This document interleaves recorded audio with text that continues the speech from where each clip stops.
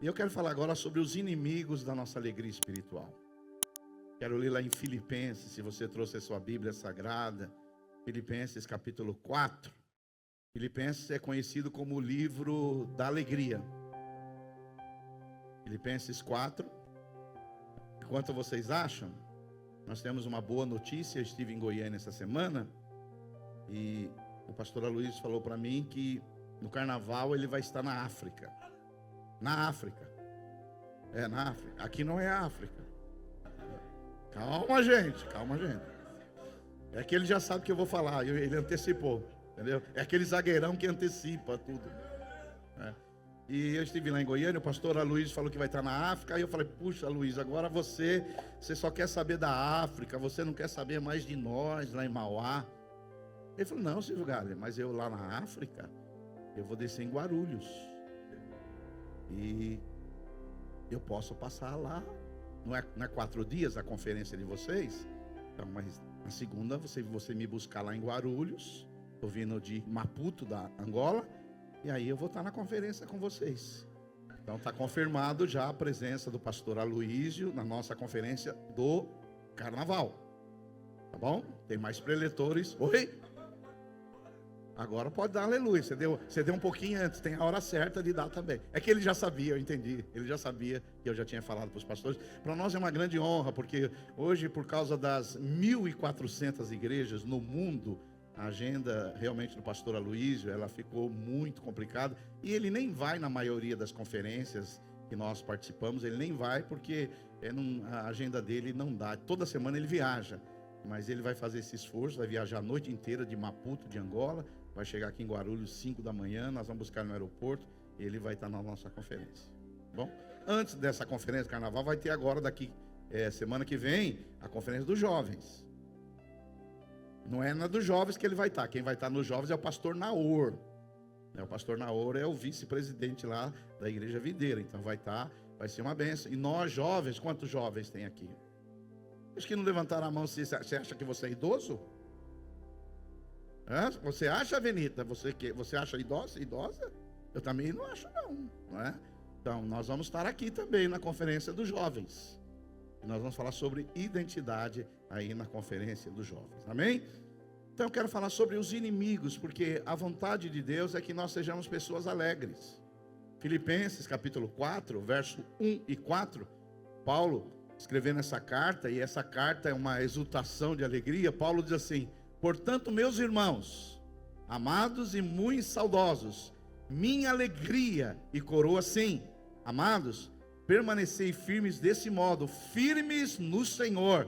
E no 4, que é o versículo chave desse livro, ele diz: alegrai-vos sempre no Senhor. Outra vez digo, alegrai-vos. Vamos ler junto o versículo 4, vamos lá? Alegrai-vos sempre no Senhor. Outra vez digo, alegrai. Na minha época, quando eu era jovem, aos 19 anos, tinha um corinho, você lembra, pastora Miriam? Alegrai-vos no Senhor, alegrai-vos no Senhor, alegrai-vos sempre no Senhor, alegrai-vos no Senhor, alegrai, alegrai, alegrai. Essas eram as músicas que a gente cantava, você acha ridícula, né? Mas essas músicas que você canta hoje, seus filhos também vão achar que é ridículo daqui a 30 anos. Pode sentar em nome de Jesus. Quero falar nessa manhã sobre os inimigos da alegria espiritual. Você sabe que a Bíblia Sagrada não usa a palavra felicidade. Eu sei que todo mundo quer ser feliz. Quantos querem ser felizes aqui? Todo mundo. Todos os nossos passos em direção à felicidade. Mas a Bíblia, ela não usa essa palavra felicidade. A Bíblia Sagrada usa a palavra alegria. Diga comigo assim, alegria. Diga mais forte, alegria, alegria, alegria. Essa é que é a palavra que a Bíblia usa sagrada. A Bíblia Sagrada usa para alegria. Eu sei que quando a gente fala em alegria, alguns de vocês aqui vão pensar: pastor, alegria é fácil escrever. Se estivesse passando a situação que eu estou passando, as lutas que eu estou passando, você não traria essa mensagem. Mas eu quero dizer para você que Paulo, quando ele escreveu isso, Paulo, ele não estava nas ilhas gregas, num hotel de luxo, Paulo não estava viajando em um cruzeiro pelas águas do Mar Vermelho. Paulo não estava numa turnê em Roma, conhecendo os monumentos históricos. Paulo, quando ele escreveu Alegrai-vos no Senhor, ele estava algemado. Paulo estava no corredor da morte. Paulo estava esperando ser decapitado pelo Império Romano. Então, antes que você fala, é fácil de falar alegria, então eu estou falando do contexto de quem falou sobre alegria. E eu quero falar para você, antes de falar dos inimigos da alegria, eu quero falar 3 verdades sobre a alegria que eu quero destacar. A primeira é que a alegria não é uma opção. Alegria é uma ordem. Aqui quando Paulo fala alegrai-vos, não é substantivo.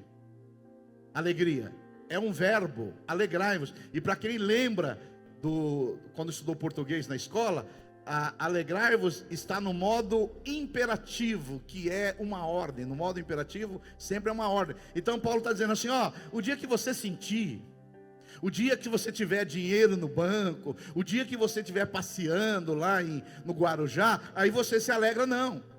Paulo está dizendo, olha, é uma ordem do Senhor que você viva alegre. Então a alegria não é uma opção. Alegria não é assim, é um sentimento. Alegria é um estado que nós devemos estar. Então, alegrai-vos. A ordem de Deus, Deus sorri quando você também está alegre. Os aleluias são poucos hoje, hein? São poucos. Mas já já vou mexer com vocês. Aleluia. Tem um aleluia picadinho ali. Isso aqui parece a torcida do Santos. É um aleluia ali e tal. Mas já já vai mudar. A segunda coisa que eu quero falar para você, antes de falar dos inimigos da alegria, é que se a alegria é uma ordem, a segunda coisa é que a alegria, ela é também ultra circunstancial. Ou seja, Paulo não diz assim, alegrai-vos de vez em quando, no dia do pagamento, alegrai-vos. No domingo, alegrai-vos. Na sexta-feira à noite, alegrai-vos. O dia que você comprar um sapatinho no shopping, alegrai-vos. O dia que você comer um contrafilé, alegrai-vos. Não. Paulo está dizendo, alegrai-vos sempre. Na segunda-feira de manhã, onde está todo mundo com a cara feia, você está lá com a cara bonita, alegre. Alegre, na segunda-feira, está todo mundo aí, olha que dia terrível, olha você está lá assim. Aleluia. Então, alegria, vocês estão vendo, eu não estou inventando nada aqui, eu estou lendo a Bíblia Sagrada. Alegrai-vos é uma ordem no imperativo, e Paulo diz alegrai-vos sempre, ou seja, não é quando as coisas estão boas, porque tem irmãos aqui, que você sabe o dia que ele está alegre, o dia que ele recebe o pagamento. O dia do 13º, está alegre. O dia que a sogra vai embora da casa dele, ele está alegre. O dia que a mulher faz uma macarronada, ele está alegre. Tem irmãos aqui que a alegria dele é circunstancial, depende da circunstância. Olha, vou viajar, estou alegre. Minhas férias, estou alegre. Não, Paulo vai dizer assim, alegrai-vos quando, irmãos? Sempre. Vale a pena sublinhar essa palavra sempre. Segunda-feira de manhã está todo mundo azedo, está todo mundo triste, e você chega lá na firma e fala, aleluia, esse é o dia que o Senhor fez, me alegrarei e me regozijarei nele. Tem uns de vocês que não conseguem ficar alegre nem aqui no culto. Eu olho para uma carinha de vocês aqui, eu olho para o marido e falo, coitado.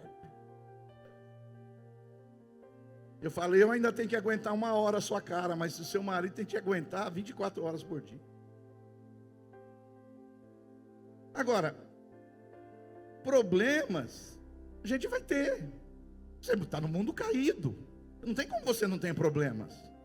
Às vezes você vai ter dinheiro, às vezes você não vai ter. Sim ou não? Às vezes você vai ter saúde, mas às vezes você vai ter um problema de saúde. Às vezes vai estar tudo bem na família, e às vezes não vai ter tudo bem. Mas a alegria, ela tem que ser sempre. É hoje aqui, é lá no trem alegre, é pegando o ônibus alegre, é lá no seu carro alegre, é lá na academia alegre, é almoçando alegre. Um dia o almoço vai ser maravilhoso, vai ter picanha, mas outro dia vai ser aquele jiló, e eu vou comer jiló. Jiló é difícil ficar alegre comendo. E a terceira coisa que eu quero falar sobre alegria, antes de falar dos inimigos, é que a alegria, essa é a parte que eu mais gosto, ela é cristocêntrica. Por quê? Essa alegria, ela é sempre, mas ela é no Senhor. Ela não é alegria em outras coisas. Ela é alegria em Cristo, porque Cristo é a verdadeira alegria. Jesus é a alegria dos homens.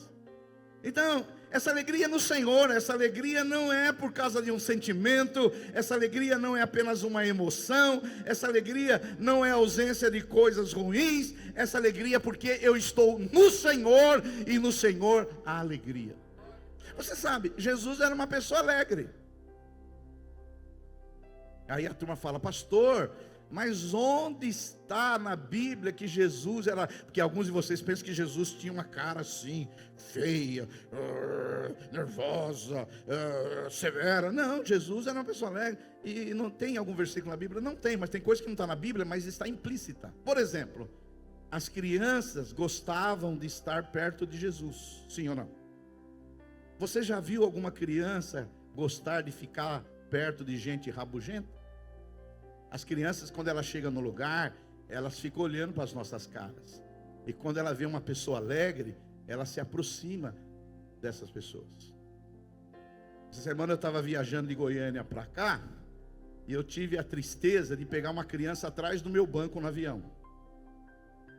Você sabe que uma das coisas que mais as pessoas não gostam no avião é de crianças. Não sei se você sabe, tem pesquisas para isso. Quando você entra no avião, você vê criança, você já fala, vai ter problema aqui. E eu quando sentei, lá, número 11, 11F, na janelinha. Aí uma criança sentou atrás de mim. Eu falei, vou ter problema, mas não vou perder a alegria. E a criança chutava ali, onde estavam as minhas costas, ela estava no banco de trás, ela chutava, e botava o pé, e eu com um áudiozinho, com louvor, aleluia, alegria. E ela chutava, e ela berrava, ela gritava. E a mãe é aquelas bonachonas que nem algumas de vocês, não faz nada. Às vezes o problema não é a criança, o problema são os pais, que a criança faz de tudo e a mãe é gracinha para você, para nós é coisa ruim. Porque os pais, ai que gracinha, é que nem no culto, tem mães que ficam brincando com o filho, que gracinha, gracinha para você lá, aqui não é nada de gracinha. E aí eu falei, mas hoje eu não vou perder a alegria, eu estava preparando essa mensagem. Eu não vou perder a alegria. E ela, a Goiânia, São Paulo, dá 1h30 de voo. E aí chutou tal, mas eu fiquei lá. No final, quando ela chegou aqui no aeroporto de Guarulhos, ela passou e ela olhou para mim e fez ainda assim um tchauzinho. E eu, cheio de alegria, aí com Deus, não roubou a minha alegria. Amém?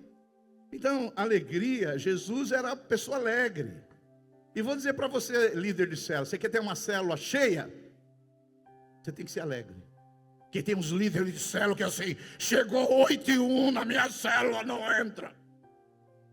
Tem uns líderes de célula que ainda solta o cachorro depois do orar.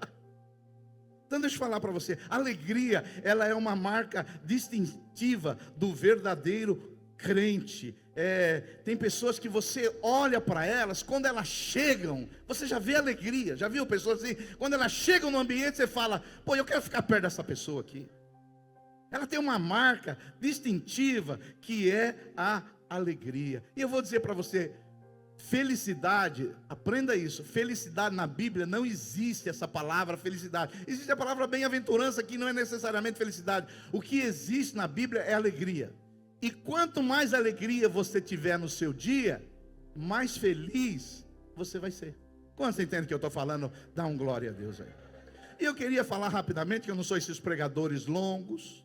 Eu queria falar sobre três inimigos que querem roubar a nossa alegria. Versículo 1 de Filipenses 4, Paulo vai dizer assim: portanto, meus irmãos amados e muito saudosos, minha alegria, coroa, sim, amados, permanecei desse modo firmes no Senhor. A palavra firme aqui, no original significa uma batalha. A palavra firme no grego significa ficar de pé. A palavra firme aqui significa que nós estamos numa guerra, mas nós estamos firmes, porque o inimigo é a primeira pessoa que quer tirar a nossa alegria. O diabo quer ver você uma pessoa triste, deprimida, cheio de melancolia, mas Deus quer ver você uma pessoa alegre. Quantos podem dizer um glória a Deus aí? Então o inimigo, ele faz de tudo para tirar a sua alegria. Ele vai usar muitas armas, e eu separei algumas armas aqui que querem tirar a sua alegria. A primeira arma que o inimigo vai usar para tirar a sua alegria é a acusação.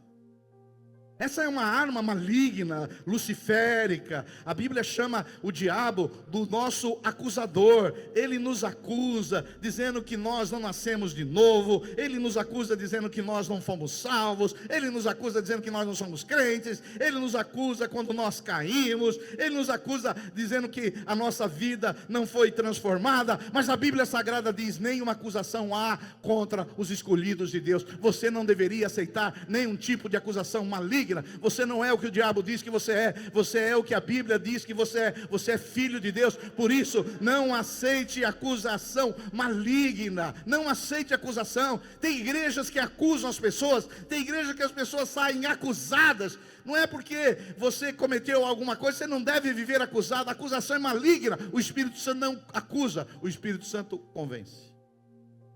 Quando você está fora dos caminhos do Senhor, Ele te convence gentilmente. Então não aceite acusação.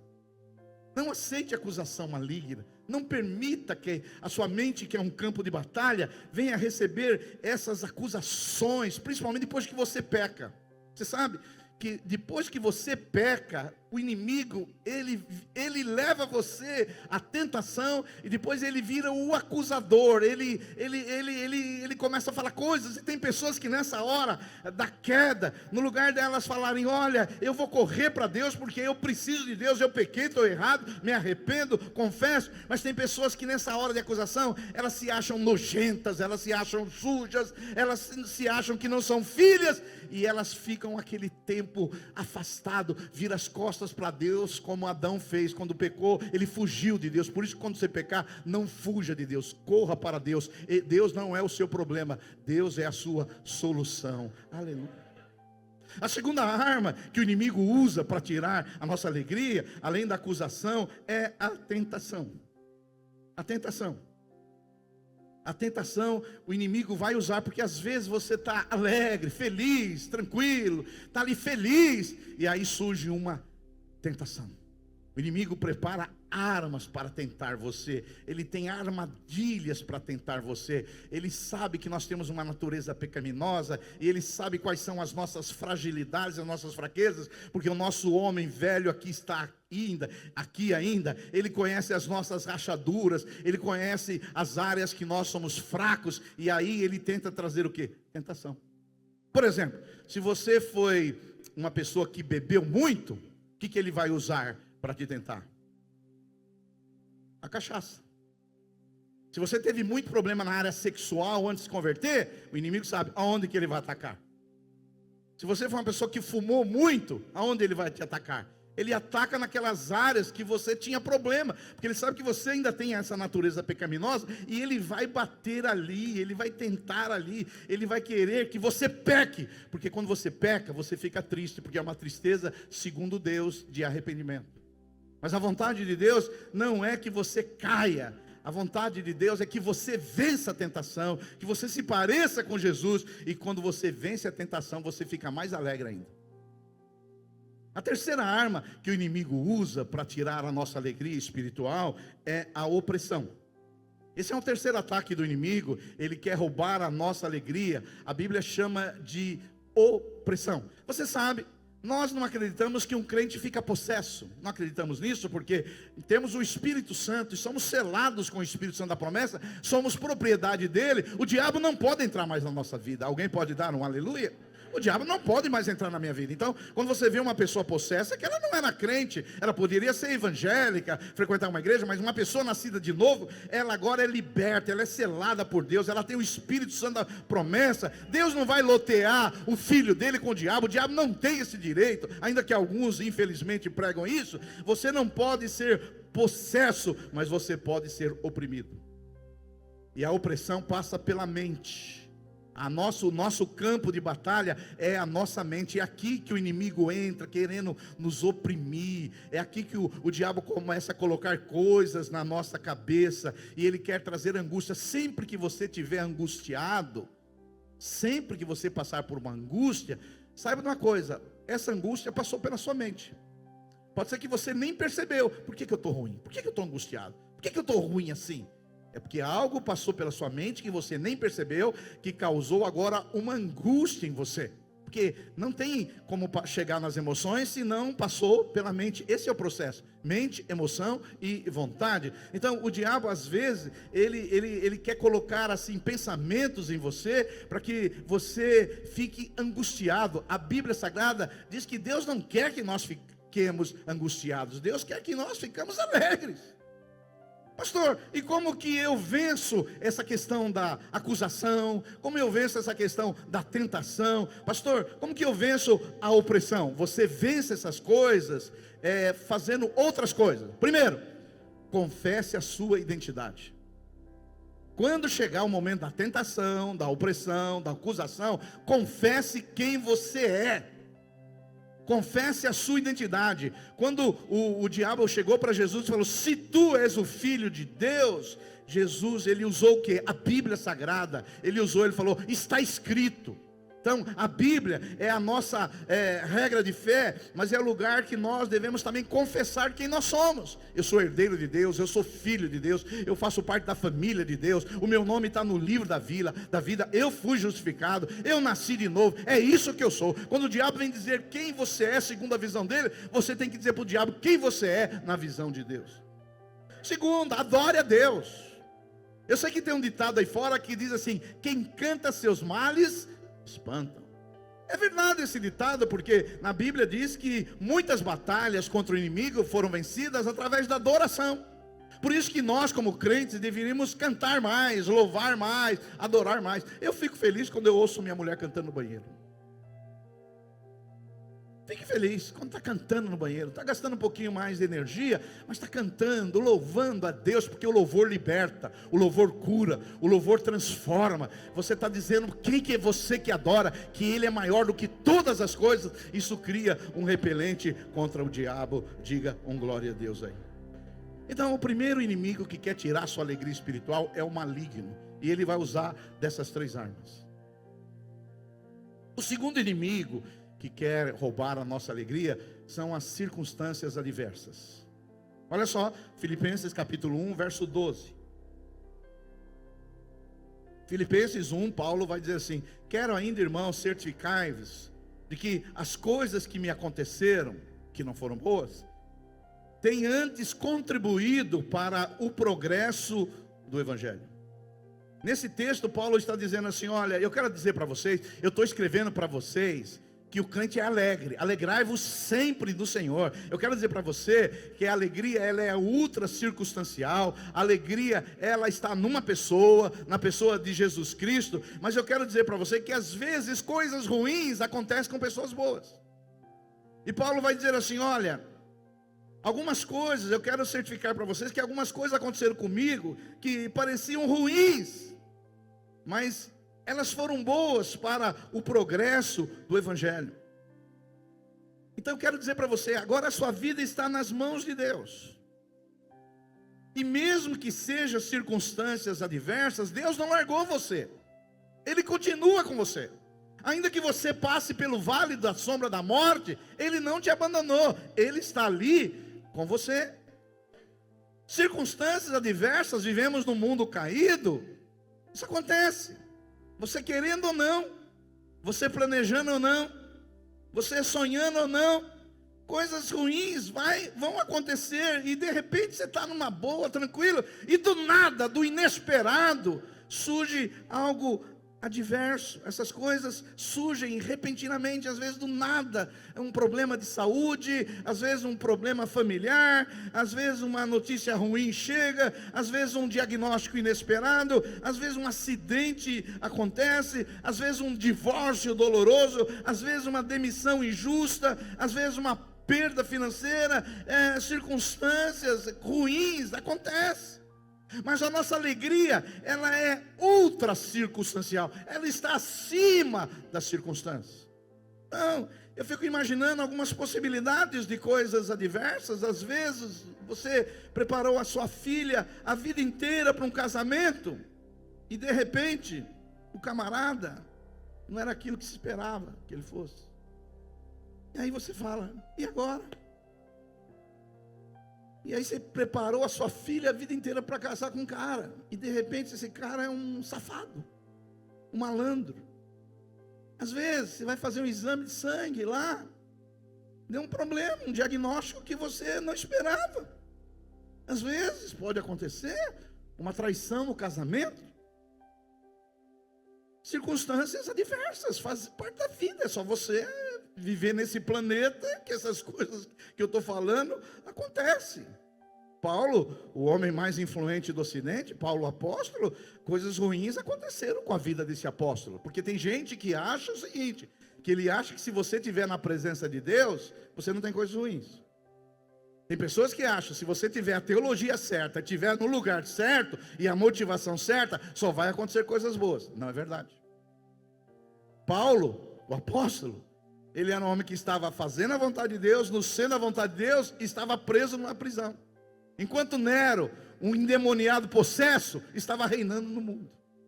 Então, filho, tira da sua cabeça que se você estiver fazendo a vontade de Deus, se você estiver no centro da vontade de Deus, se você tiver motivações certas, vai acontecer tudo de bom. Não, você pode fazer tudo isso, porque isso não nos isenta. Jesus disse que nesse mundo teremos aflições.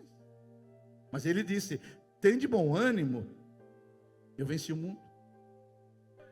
Então Paulo, o apóstolo, se você ler a biografia de Paulo, Paulo ele foi perseguido em Damasco, ele foi rejeitado em Jerusalém, ele foi esquecido em Tarso, ele foi apedrejado em Listra, ele foi açoitado em Filipos, ele foi chamado de tagarela em Atenas, ele foi chamado de impostor pela igreja que ele plantou em Corinto, ele enfrentou feras em Éfeso, ele foi acusado de agitador em Cesareia, ele foi náufrago indo para Roma, ele foi picado por uma cobra na ilha de Malta, e Paulo chega em Roma algemado e com sentença de morte, fazendo a vontade de Deus. Às vezes você está sofrendo porque você está fazendo a vontade de Deus.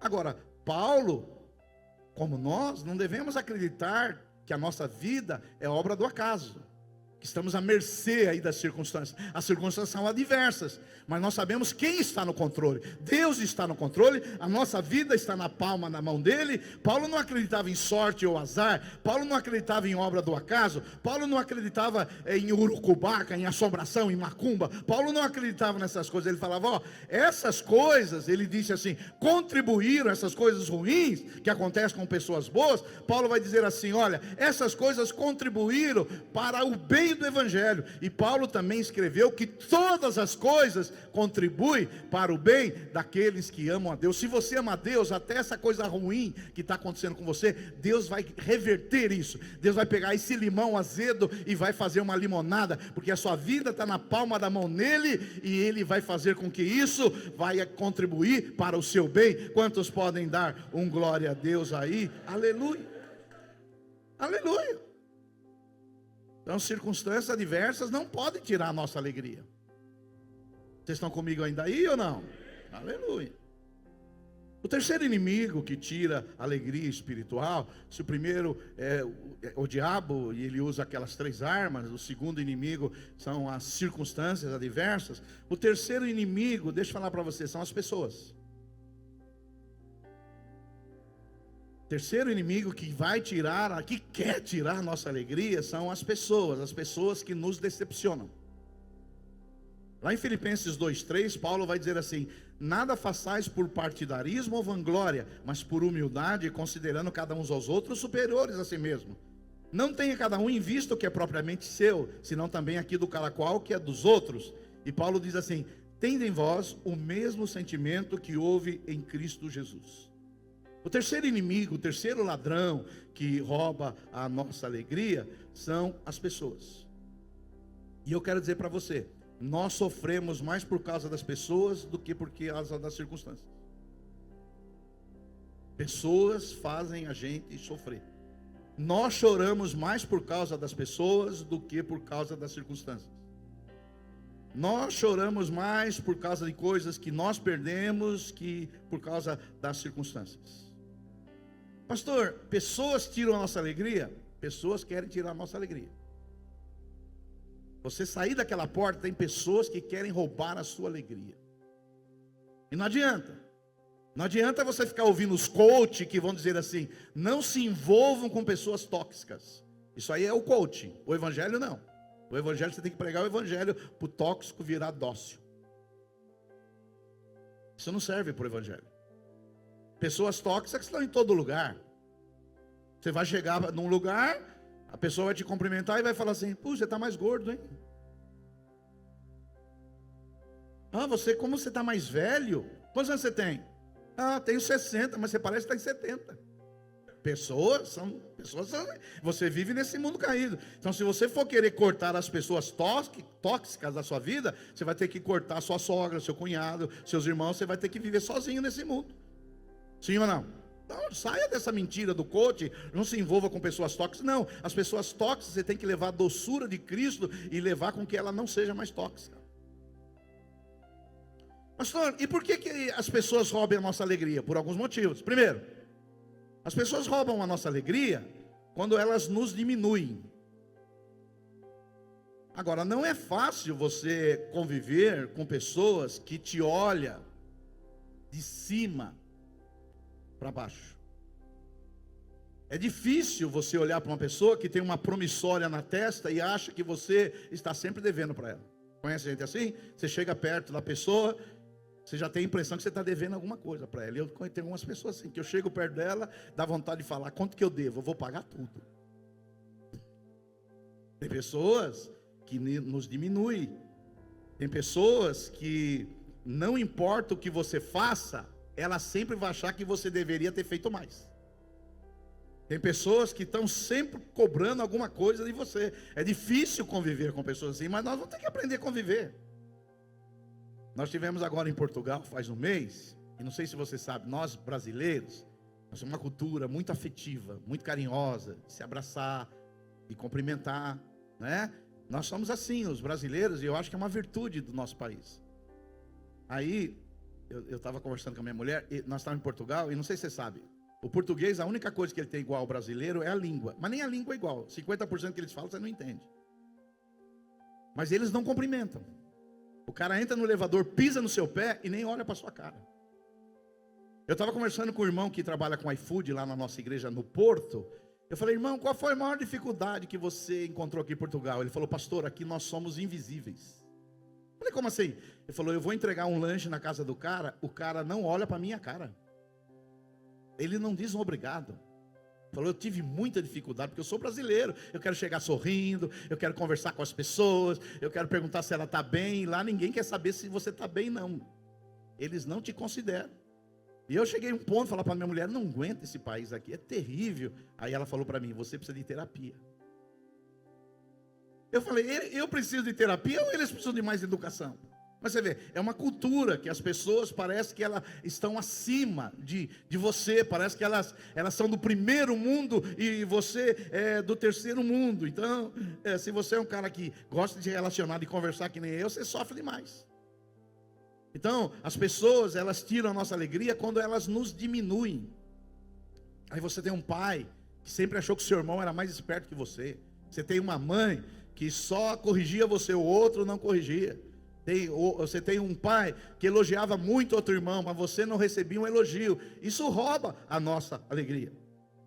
Pessoas roubam também a nossa alegria quando elas nos frustram. O apóstolo Paulo, ele diz lá que, ele diz assim, vocês parecem tão sábios, mas suportam de boa vontade a falsos apóstolos, os insensatos. Vocês suportam até a quem os escravizam e os exploram. Então, pessoas tiram a nossa alegria quando elas nos frustram. Porque tem pessoas que você tem expectativa com elas. Sim ou não? Tem pessoas que você investe nelas. Tem pessoas que você acredita nelas. E você vai lá, investe, acredita, dedica o seu tempo, sua energia, você põe o seu dinheiro, você fala, eu acredito nessa pessoa. E depois ela não dá em nada. Pessoas assim roubam a nossa alegria. Sim ou não? O apóstolo Paulo ficou tão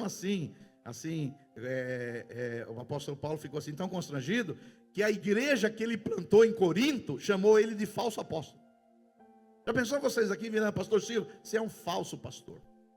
Pessoas nos decepcionam. A frustração de Paulo é que Paulo planta uma igreja, corre risco de vida, e as pessoas diziam que ele era um falso apóstolo. Então, pessoas, eu vou dizer para você, vão te frustrar. Por isso, diminua a sua expectativa nas pessoas e aumente a sua expectativa em Deus.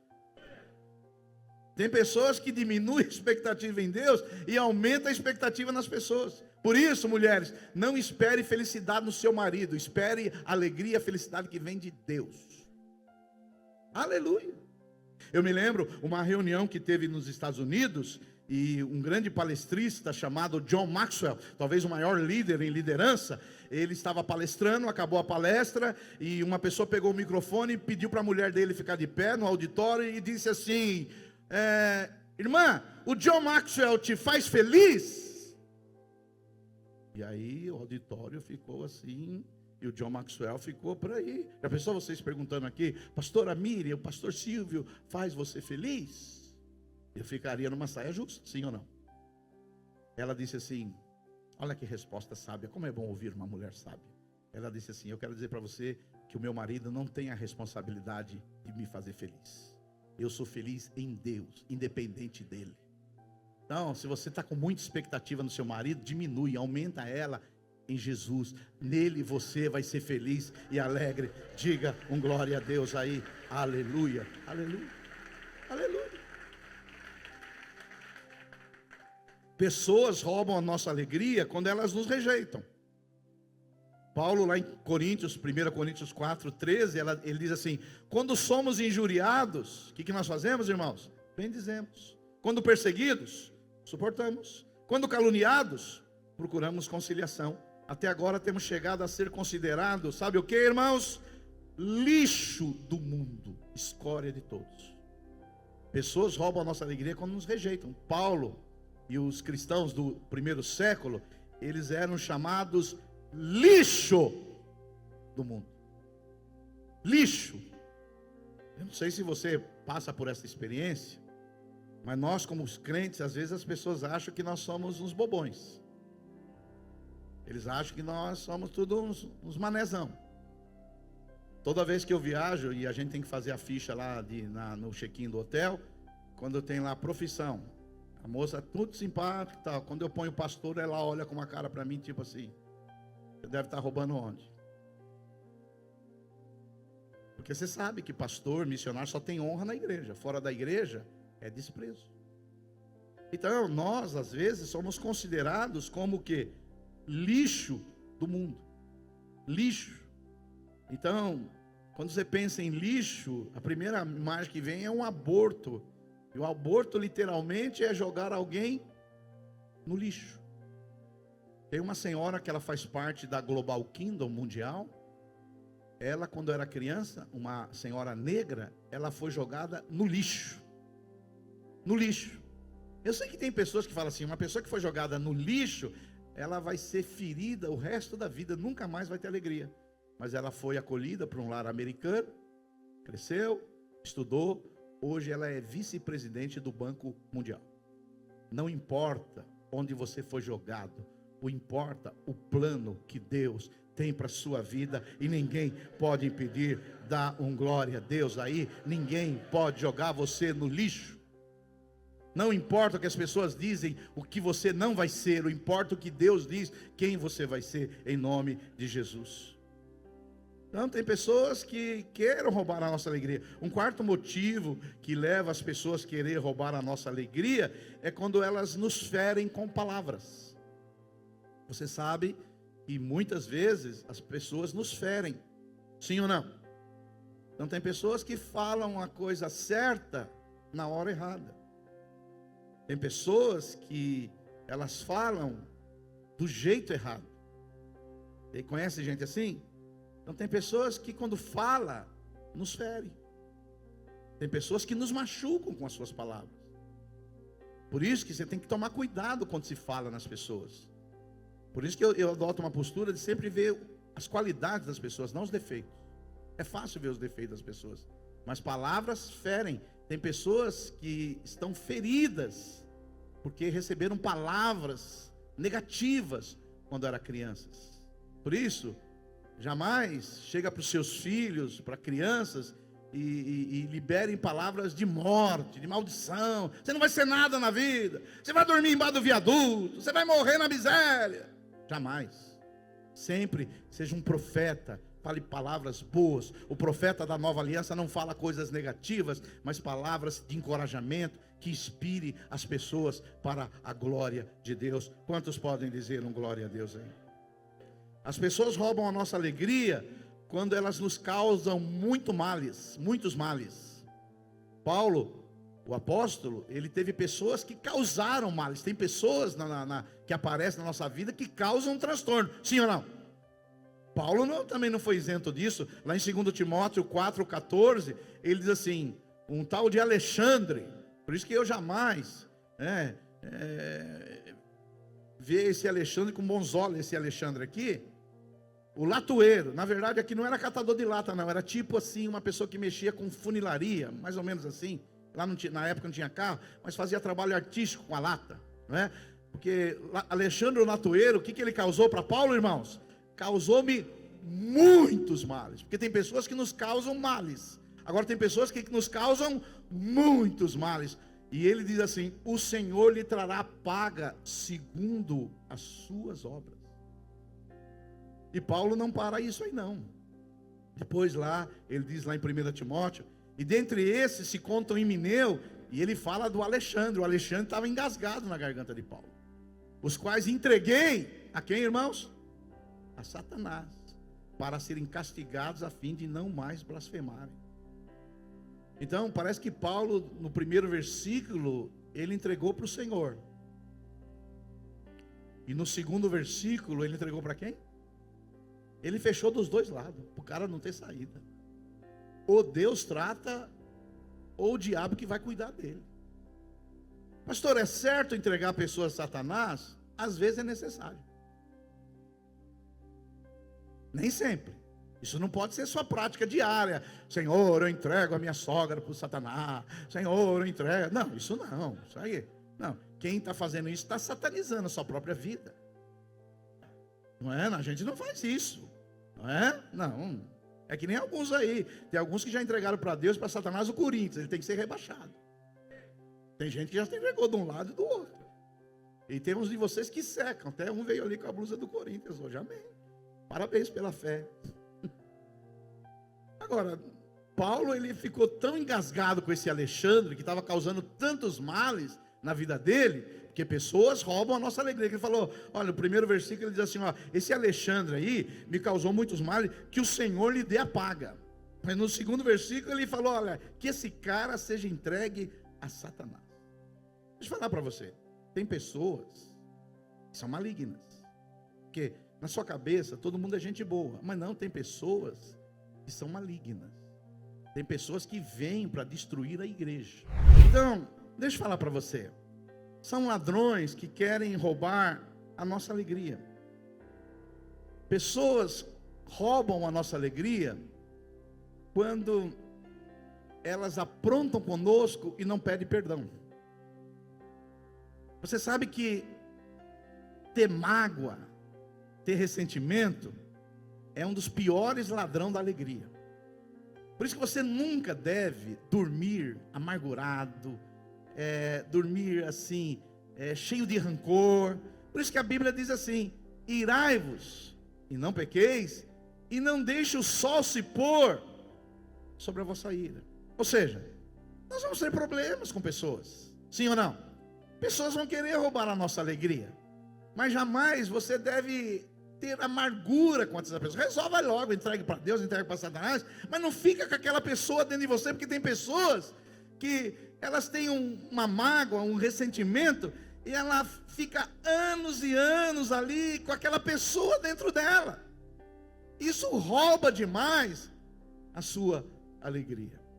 Por isso que o melhor exercício para recuperar a alegria quando tem ofensa, mágoa e ressentimento é o perdão. Perdoa. Perdoa quem tem que perdoar, não é? Porque nós vamos conviver com pessoas imperfeitas. Nós temos um cônjuge que não é perfeito. Nós temos filhos que não são perfeitos. Nós temos uma igreja que não é perfeita. Nós temos pastores também que não são perfeitos. Nós temos irmãos que não são perfeitos. Então, se você não usar às vezes o perdão, você vai ter muitos problemas. E às vezes perdoa quem tem que perdoar, sofre o dano e viva na alegria do Senhor. E eu concluo dizendo para vocês o seguinte: você é uma pessoa alegre? Tem uns que estão assim. Você é uma pessoa feliz? Porque quanto mais alegria você tiver, mais feliz você vai ser. Você é uma pessoa que vive a alegria abundante que Jesus prometeu? Sua mulher poderia dizer hoje: o meu marido é um marido alegre? Porque tem uns velhinhos aqui que estão ficando velhos, que vão perdendo a alegria. Vocês sabem, a ala geriátrica da igreja, eu tenho carinho por vocês. Eu tenho esse chamado. Porque, principalmente os homens, eu sei que aqui fala que eu falo muito das mulheres, mas vou falar dos homens agora. Tem homens que quando era jovem, era cheio de vida, energia, alegria, amém. Mas vai ficando mais velho, passando os 40, chegando aos 50, vai ficando aí com aquela coisa.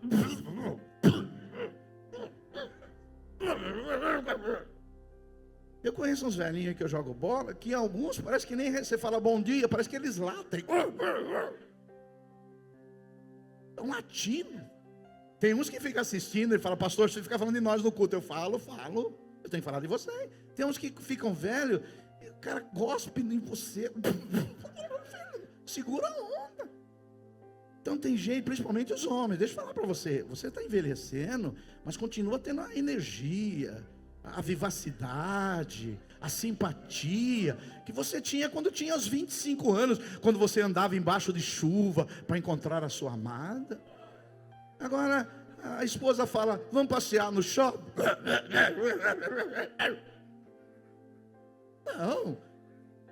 Não pode isso. Tem pessoas que não dá vontade nem de você falar bom dia, porque se você falar bom dia e se você perguntar: tá tudo bem? Aqui, dói aqui.